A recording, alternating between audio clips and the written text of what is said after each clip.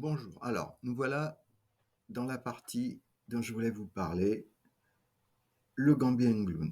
Donc, je joue D4, mon adversaire joue E5. C'est la partie que Julien nous a montré dans sa vidéo. Donc, je prends D5, mon adversaire attaque le pion, moi, je le défends avec le cavalier. Et c'est là que les ennuis commencent. Mon adversaire choisit la variante avec Dame E7, que Julien n'aime pas trop, mais qui présente beaucoup de pièges.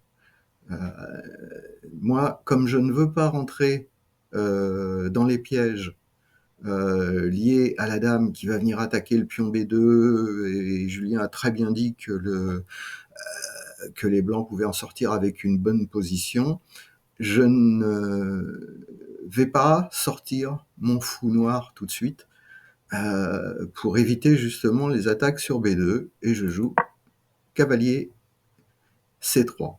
Un des moyens dans les gambits d'éviter les lignes difficiles, c'est de rendre le matériel. Donc mon adversaire reprend le pion, je lui ai rendu le matériel, et je joue madame pour occuper le centre et montrer que je ne veux pas lui laisser d'activité trop grande. Il prend le cavalier sur échec, je reprends avec la dame.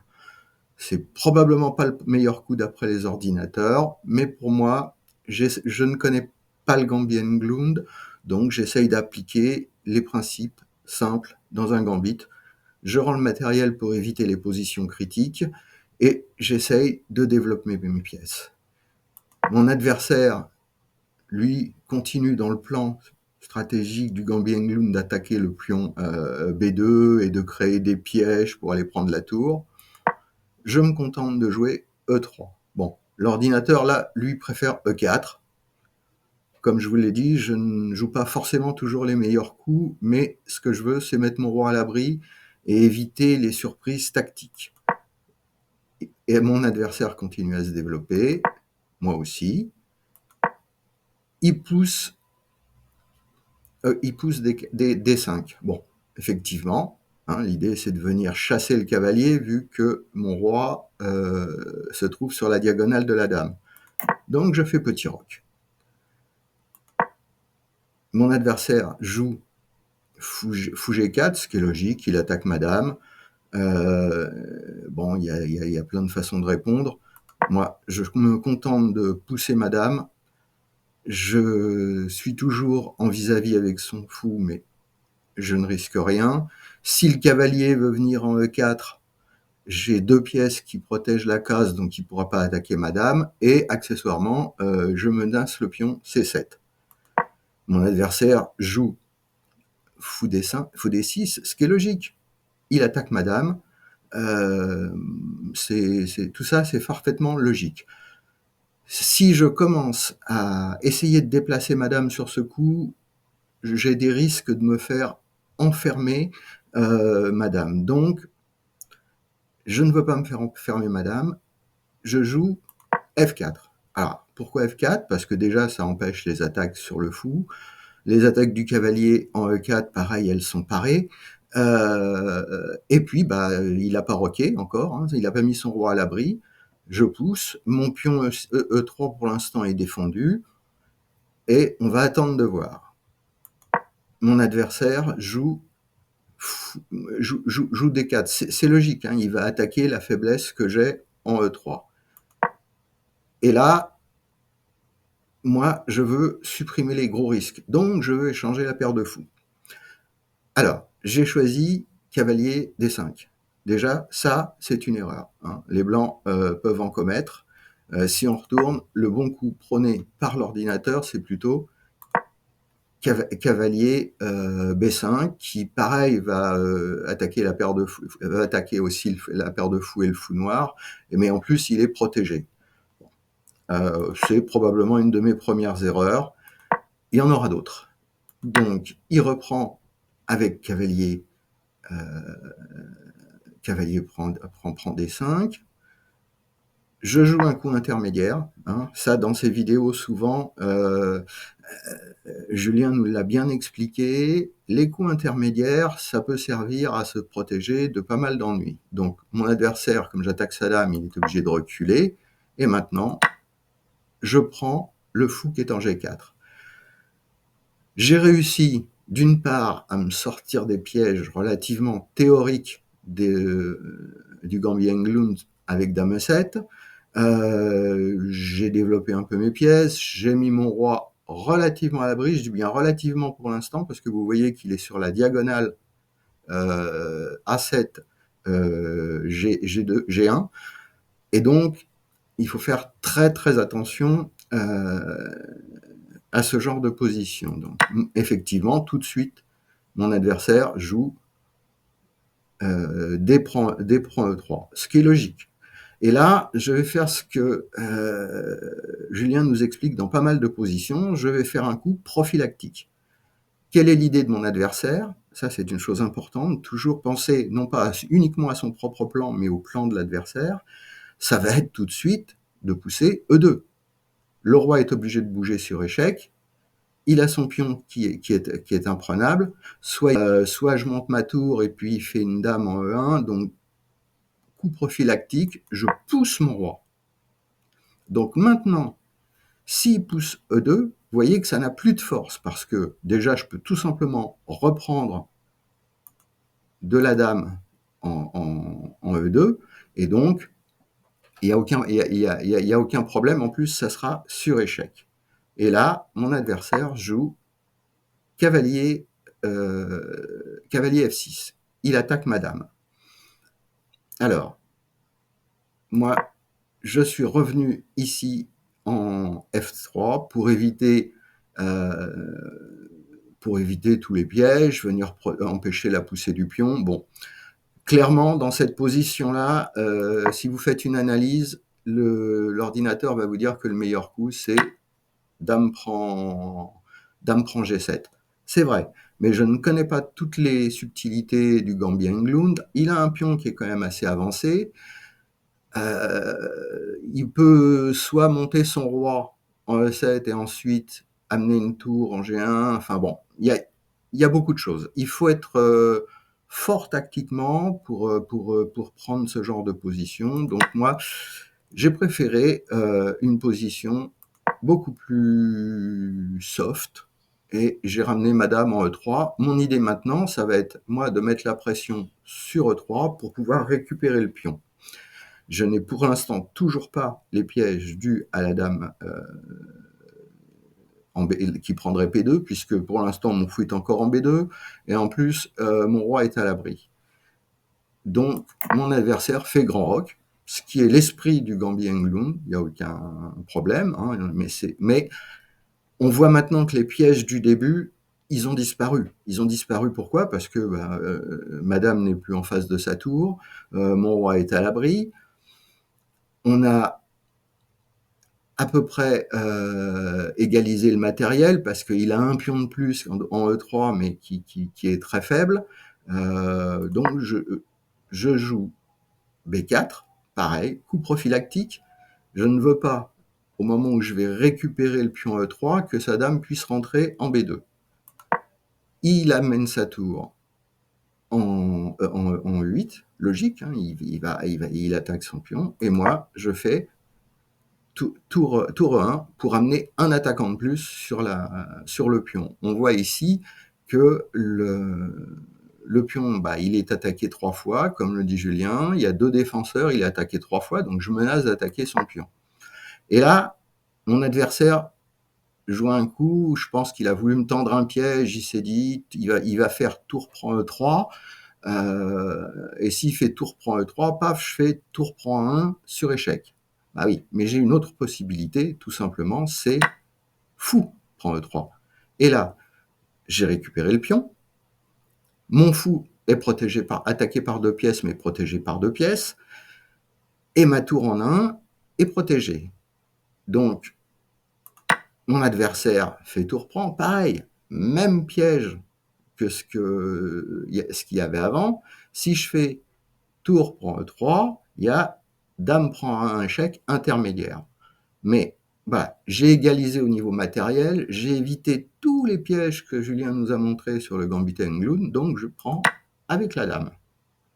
Je prends avec la dame, pourquoi? Parce que on se retrouve maintenant avec une position, si vous regardez bien, où s'il fait l'échange, eh ben, il a une qualité en moins. Ce qui s'est passé, dame prend E3, tour prend E3. Et finalement, j'ai évité tous les pièges de début du Gambit Engloon et je me retrouve avec une égalité de pions, mais avec une qualité de plus. Bon. Si on regarde la position, après, j'ai pas le niveau de Julien pour vous dire si c'est super gagnant ou pas pour les blancs, mais moi, je me trouve bien. J'ai la colonne ouverte, je vais pouvoir doubler sur la colonne ouverte, j'ai évité les pièges de l'ouverture que je ne connaissais pas en appliquant des principes simples, c'est-à-dire en rendant le matériel, tout simplement. Et donc, voilà. Bon, mon adversaire regagne le pion avec le fou F4, ce qui est logique. Jusque-là, rien d'anormal, mais je le laisse faire, je le laisse prendre ce pion. C'était prévu quand j'ai fait l'échange des dames, je savais qu'il reprendrait le pion avec le fou, mais l'avantage c'est que ça m'a permis de mettre une tour sur la colonne, sur la 7e rangée, pardon. Donc mon adversaire joue cavalier. Bon, il menace de venir en échec ici, sur F2, mais il n'y a pas... Bon, s'il vient sur F2, je peux mettre mon roi en G1, même si après il fait fou E3, bah, fou E3, de toute façon, j'ai tour prend fou, donc il n'y a pas de gros risque. Donc, oui, pardon. Ce coup est pas réellement fort. Mais surtout, il déroge à un des principes que Julien nous a appris, c'est attention au coup intermédiaire.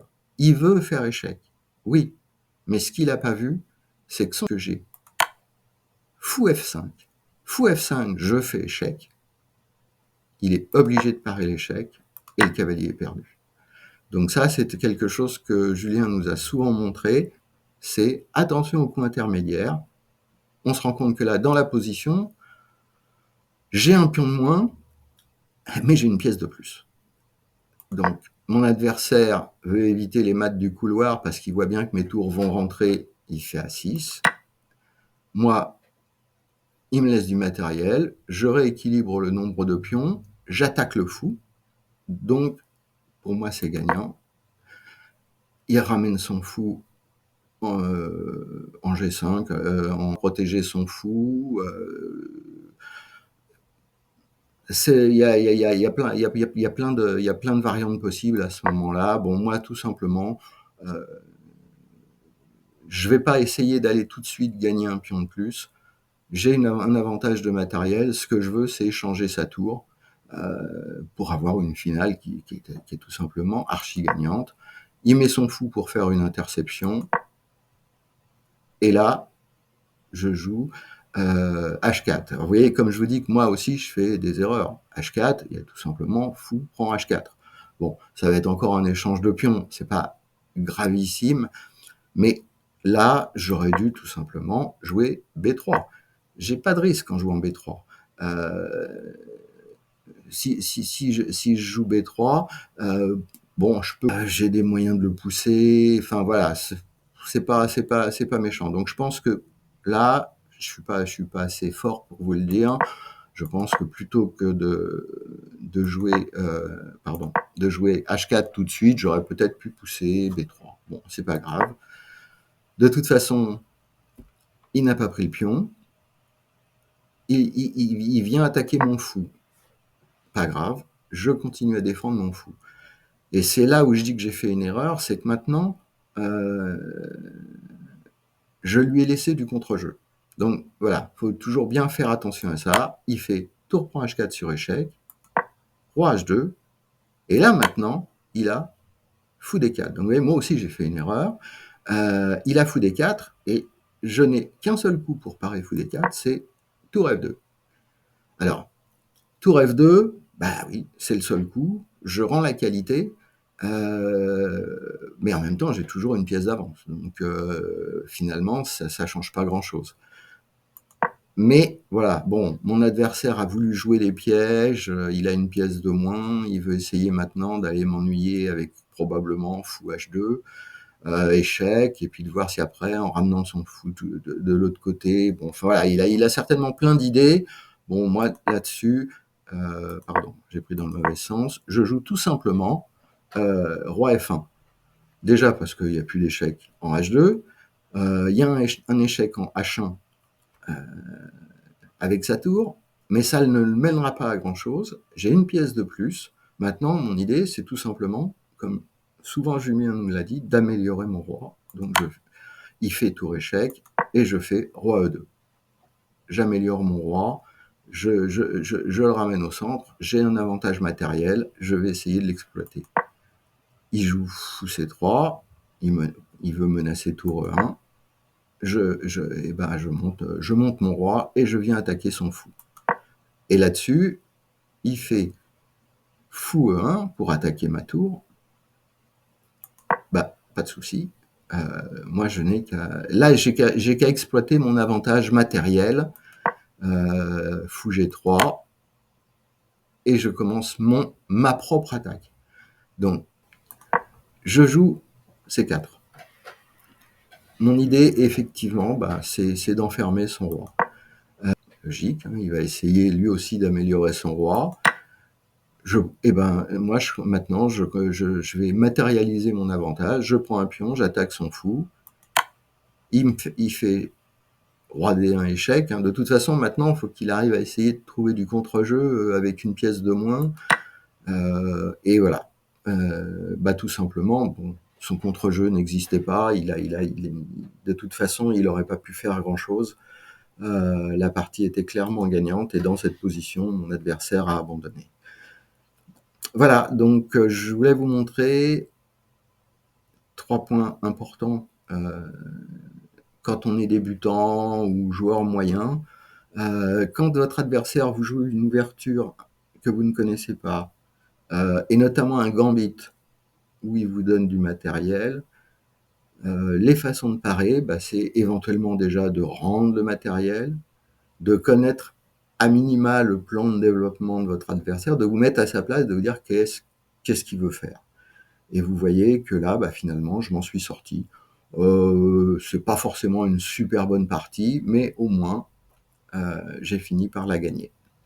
Voilà, j'espère que cette vidéo, elle aidera un petit peu les gens à comprendre, en fait, les risques de jouer une variante très dangereuse comme le Gambit and Gloom quand on n'a pas des bonnes connaissances de base, ce qui était le cas de mon adversaire. Il connaissait les pièges, mais à partir du moment où il n'a pas eu les pièges, voilà, il a pas pu répondre aux différentes attaques que moi je pouvais mettre de mon côté. Voilà, je vous souhaite une bonne soirée. Au revoir.